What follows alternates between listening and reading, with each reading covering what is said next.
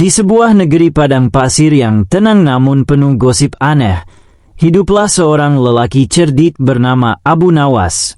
Namanya sudah terkenal ke seluruh penjuru kerajaan. Ada yang memujinya sebagai orang paling bijaksana, ada pula yang menganggapnya pembuat onar profesional karena hampir setiap minggu selalu ada saja keributan yang melibatkan dirinya. Suatu malam, kota mendadak geger. Orang-orang berlarian keluar rumah sambil membawa sapu, sandal, bahkan ada yang membawa ayam karena terlalu panik. Di pasar terdengar teriakan. Iblis muncul di sumur tua. Iblis masuk ke rumah janda kaya. Iblis mencuri kambing sambil tertawa. Kabar itu menyebar lebih cepat daripada tukang gosip istana menyebarkan rumor perceraian selir raja. Bahkan sang raja sampai tidak bisa tidur. Setiap malam terdengar suara aneh dari gudang istana. Wahahaha. Lucunya, setelah diperiksa, ternyata suara itu berasal dari perut bendahara kerajaan yang masuk angin karena kebanyakan makan gulai unta.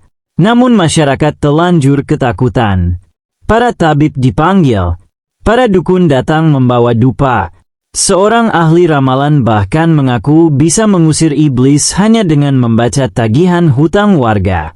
Tapi bukannya iblis pergi, warga malah pingsan melihat jumlah hutang mereka sendiri. Akhirnya raja memanggil Abu Nawas ke istana.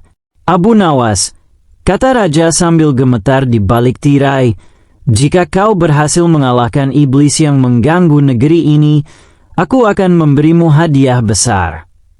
Abu Nawas mengusap jenggotnya pelan lalu tersenyum santai. Baginda, katanya, mengalahkan iblis itu mudah. Semua orang terdiam. Tapi, lanjut Abu Nawas sambil menatap para pejabat istana satu persatu, yang sulit itu membedakan mana iblis asli dan mana manusia yang kelakuannya lebih parah dari iblis. Ruangan mendadak sunyi. Para pejabat mulai saling tuding. Menteri pajak langsung berkeringat. Panglima perang pura-pura batuk. Sementara itu, dari pojok istana terdengar suara misterius. Wahahaha. Semua panik lagi. Ternyata, itu suara keledai kerajaan yang tersedak kurma. Malam itu angin gurun bertiup pelan melewati lorong-lorong kota. Bulan menggantung miring seperti semangka yang lupa dipotong. Penduduk kerajaan masih gemetar sejak kabar kemunculan iblis menyebar kemana-mana. Tidak ada lagi orang berani keluar malam. Warung kopi tutup lebih cepat. Penjual sate unta memilih pensiun sementara. Bahkan para pencuri pun libur bekerja karena takut bertemu sesama makhluk malam. Di tengah kepanikan itu, hanya satu orang yang terlihat santai berjalan sambil membawa semangkuk bubur kacang. Dialah Abu Nawas. Ia berjalan pelan menuju rumahnya sambil bersenandung. Kalau iblisnya lapar, mungkin bisa diajak makan dulu. Beberapa warga langsung mengejar Abu Nawas. Abu Nawas, jangan keluar malam, teriak seorang warga. Nanti kau dimakan iblis. Abu Nawas malah tertawa. Kalau iblisnya melihat keadaan dompetku, dia juga pasti kasihan. Warga makin panik. Seorang ibu-ibu mendekat sambil membawa sapu lidi. Abu Nawas, kau belum dengar? Iblis itu muncul di sumur tua dekat pasar. Benarkah? Tanya Abu Nawas santai. Iya, semalam si Karim melihat mata merah menyala. Ternyata istrinya marah lagi. Bukan. Lalu suara mengerikan. Itu mungkin suara penjual hutang ditagih. Abu Nawas. Abu Nawas tertawa keras sampai buburnya hampir tumpah. Namun diam-diam ia penasaran juga. Ia tahu, biasanya ketakutan warga lebih berbahaya daripada iblis itu sendiri. Kalau rakyat sudah panik, sedikit suara saja bisa berubah menjadi cerita monster berkepala 7. Akhirnya Abu Nawas memutuskan pergi ke sumur tua. Begitu tiba di sana, suasananya memang menyeramkan. Pohon kurma bergoyang pelan. Burung hantu berbunyi dari atas genteng tua, dan sumur itu berdiri gelap seperti mulut pejabat yang tidak pernah puas menerima pajak. Beberapa warga bersembunyi di balik tembok sambil mengintip. Itu dia. Iblisnya ada di dalam. Tadi suaranya keras sekali. Abu Nawas mendekat santai. Lalu ia berteriak ke dalam sumur, "Hai iblis, kalau kau punya hutang, bayar dulu sebelum menakut-nakuti warga." Tiba-tiba, wahahaha, suara menyeramkan menggema dari dalam sumur. Warga langsung menjerit. Ada yang pingsan. Ada yang lari sambil meninggalkan sandalnya. Bahkan seorang bapak panik sampai memeluk kambing orang lain. Namun Abu Nawas justru tersenyum. Ia mengambil obor lalu mengintip ke dalam sumur. Beberapa detik kemudian, Abu Nawas tertawa keras sampai hampir jatuh. Warga bingung. Apa yang terjadi? Ada apa? Abu Nawas menunjuk ke dalam sumur. Itu iblis paling bodoh yang pernah kulihat. Warga mendekat pelan-pelan. Ternyata di dalam sumur ada seekor keledai tua yang terjebak. Keledai itu memakan buah kurma busuk yang difermentasi warga pasar. Karena mabuk, suara ringkikannya terdengar menyeramkan. Wahahaha. Keledai itu kembali berbunyi aneh sambil menabrak dinding sumur. Warga terdiam. Lalu suasana berubah canggung. Seorang bapak berbisik pelan. Jadi, selama ini kita takut sama keledai mabuk. Yang lebih malu lagi adalah kepala keamanan kota. Karena tadi siang ia bersumpah di depan rakyat bahwa dirinya sudah bertarung melawan iblis selama 3 jam. Padahal ternyata, ia cuma melempar sandal ke sumur. Warga mulai tertawa, namun Abu Nawas belum selesai. Ia memandang semua orang lalu berkata, "Kalian lihat? Ketakutan bisa membuat manusia lebih bodoh daripada keledai." Semua mengangguk malu. Tapi, lanjut Abu Nawas sambil tersenyum jahil, keledai ini masih lebih berguna daripada sebagian pejabat kerajaan. Wahahaha. Warga langsung tertawa keras. Keesokan paginya berita itu menyebar ke seluruh kota. Iblis sumur ternyata keledai mabuk. Pasar langsung ramai. Orang-orang kembali berdagang, namun masalah belum selesai. Karena malam berikutnya, istana kerajaan justru digegerkan oleh kejadian lebih aneh. Semua bermula saat raja sedang makan malam bersama para menteri. Di meja kerajaan tersedia berbagai makanan mewah. Nasi kebuli, kari kambing, roti madu, kurma pilihan, dan seekor ayam panggang utuh yang ukurannya hampir sebesar kambing kecil. Raja makan dengan lahap sambil berkata, "Syukurlah Abu Nawas berhasil mengusir iblis." Semua menteri langsung mengangguk cepat. "Iya Baginda. Luar biasa. Hebat sekali." Padahal semalam mereka semua sembunyi di bawah meja karena ketakutan. Tiba-tiba, lampu aula mati. Para menteri langsung panik. Ada yang masuk ke bawah meja. Ada yang memeluk tiang. Ada yang salah memeluk penjaga istana. Lalu terdengar suara berat dari pojok ruangan. "Aku datang." Semua membeku. "Aku akan mengambil jiwa manusia rakus." Raja gemetar. Siapa kau?" Suara itu menjawab, "Aku iblis dari Gunung Hitam." Menteri pajak langsung menangis. "Jangan ambil aku. Ambil bendahara saja. Dia lebih gemuk." Bendahara marah. "Pengkhianat." Tiba-tiba suara langkah berat terdengar mendekat. Duk, duk, duk. Para pengawal pun ketakutan. Anehnya, tidak ada satupun yang berani maju. Raja akhirnya berteriak, "Panggil Abu Nawas." Tak lama kemudian Abu Nawas datang dengan santai sambil membawa semangka. Ia heran melihat semua orang bersembunyi. "Ada diskon pajak." "Bukan, teriak raja. Ada iblis. Abu Nawas malah duduk santai. Kalau begitu tunggu dulu. Aku haus. Ia memakan semangka perlahan sementara para menteri hampir pingsan ketakutan. Abu Nawas, bentar raja. Iblisnya sudah dekat. Tenang Baginda, jawab Abu Nawas santai. Biasanya iblis takut pada manusia yang punya cicilan. Lalu, aku datang. Suara itu makin keras. Abu Nawas berdiri. Ia mengambil obor lalu berjalan menuju lorong gelap. Semua menahan napas. Beberapa menteri mulai membaca doa. Menteri pajak bahkan sempat menulis surat warisan. Abu Nawas terus berjalan.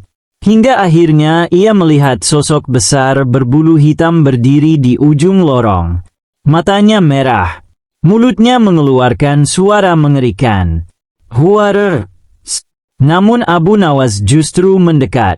Lalu, plak, ia memukul kepala makhluk itu dengan sandal. Aduh! Makhluk itu langsung berbicara dengan suara manusia. Abu Nawas menyeringai. Ternyata benar. Ia menarik kain hitam penutup tubuh makhluk itu. Dan semua orang langsung terkejut. Penjaga gudang. Ternyata, iblis, itu hanyalah penjaga gudang istana yang menyamar. Raja marah besar. Kurang ajar. Kenapa kau menakut-nakuti kami? Penjaga gudang gemetar. Ampun Baginda, saya cuma disuruh. Disuruh siapa? Penjaga itu menunjuk perlahan ke arah seseorang. Semua menoleh. Dan wajah Menteri Pajak langsung pucat seperti tepung. Menteri Pajak. Raja murka. Jelaskan. Menteri Pajak gemetar hebat. Ampun Baginda, saya hanya ingin rakyat takut supaya mudah membayar pajak keamanan iblis. Ruangan langsung hening. Abu Nawas tertawa kecil. Jadi iblis sebenarnya bukan dari Gunung Hitam. Ia menatap Menteri Pajak tajam. Tapi dari kantor pajak. Semua warga istana tertawa keras. Raja sampai batuk karena terlalu keras tertawa. Menteri Pajak hanya tertunduk malu. Namun Abu Nawas belum selesai. Ia berkata kepada Raja, Baginda, manusia tamak lebih berbahaya daripada iblis. Kenapa? Karena iblis hanya menggoda. Abu Nawas menunjuk Menteri Pajak. Tapi manusia seperti dia membuat rakyat sengsara sambil tersenyum. Raja mengangguk pelan. Untuk pertama kalinya para menteri terdiam tanpa bisa membantah. Akhirnya Raja menghukum Menteri Pajak. Hukumannya bukan dipenjara, bukan dicambuk, melainkan disuruh hidup 1 bulan dengan gaji rakyat biasa. Menteri Pajak langsung pingsan. Namun masalah aneh ternyata belum berakhir. 3 hari kemudian kota kembali gempar. Kini muncul kabar baru. Katanya, ada iblis yang bisa masuk ke mimpi manusia. Korban pertama adalah seorang saudagar kaya bernama Salman. Ia datang ke istana sambil gemetar. Baginda, setiap malam iblis itu datang ke mimpiku. Apa yang dilakukannya? Tanya Raja panik. Ia berkata semua hartaku akan hilang. Lalu, besoknya, istriku pergi belanja. Semua langsung diam. Abu Nawas yang sedang minum teh hampir tersedat. Namun Salman bersikeras. Ini pasti iblis. Kenapa? Karena setelah itu gudang emasku kosong. Abu Nawas bertanya santai. Apakah kau menghitung sendiri emasmu? Tidak. Siapa yang menghitung? Istriku. Siapa yang memegang kunci? Istriku. Siapa yang paling suka belanja? Istriku. Abu Nawas mengangguk pelan. Kalau begitu bukan iblis. Lalu siapa? Abu Nawas tersenyum. Itu makhluk yang lebih menakutkan bagi dompet lelaki. Raja tertawa sampai hampir jatuh dari singgasananya. Namun malam itu, Abu Nawas mulai merasa ada sesuatu yang aneh. Karena di balik semua kejadian lucu ini, ada seseorang yang sengaja membuat rakyat percaya tentang kemunculan iblis. Dan setiap kali rumor muncul, selalu ada orang tertentu yang mendapat keuntungan. Kadang pedagang jimat, kadang penjual ramuan, kadang pejabat pajak, kadang dukun istana. Abu Nawas mulai curiga. Ia mengusap jenggotnya. Mungkin iblis yang sebenarnya belum muncul. Tiba-tiba dari luar rumah terdengar suara aneh.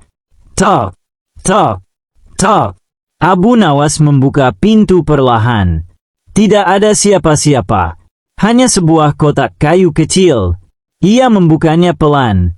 Dan di dalamnya, terdapat boneka menyeramkan dengan tulisan merah. Berhenti mencampuri urusan iblis. Warga yang melihat langsung ketakutan. Namun Abu Nawas malah tertawa. Kasihan sekali. Apa maksudmu? Tanya tetangganya. Kalau iblis sampai mengirim surat ancaman. Ia menggeleng sambil tersenyum jahil. Berarti dia sedang stres berat. Keesokan paginya seluruh kota ramai membicarakan kotak misterius di rumah Abu Nawas. Orang-orang mulai yakin bahwa Abu Nawas benar-benar sedang diburu iblis. Namun yang membuat warga bingung, Abu Nawas justru membawa boneka menyeramkan itu ke pasar sambil dijadikan gantungan semangka. Abu Nawas, kau tidak takut? Tanya seorang pedagang. Takut kenapa? Jawab Abu Nawas santai. Itu kiriman iblis. Abu Nawas mengangguk pelan. Kalau benar dari iblis, berarti iblisnya sangat malas. Kenapa? Karena ancamannya ditulis pakai tinta murahan. Warga tertawa kecil. Tiba-tiba seorang anak kecil berteriak. Lihat, ada tulisan di belakang bonekanya. Semua mendekat. Abu Nawas membalik boneka itu perlahan. Dan benar saja, di belakangnya ada cap kecil berbentuk unta tersenyum. Abu Nawas langsung mengenali cap itu. Itu cap milik pedagang mainan di ujung kota. Malam harinya Abu Nawas diam-diam pergi ke toko tersebut. Setelah diinterogasi sambil disuapi kacang rebus, si pedagang akhirnya mengaku. Ampun Abu Nawas. Boneka itu dibeli seorang lelaki berjubah hitam. Siapa dia? Pedagang itu gemetar. Dukun istana.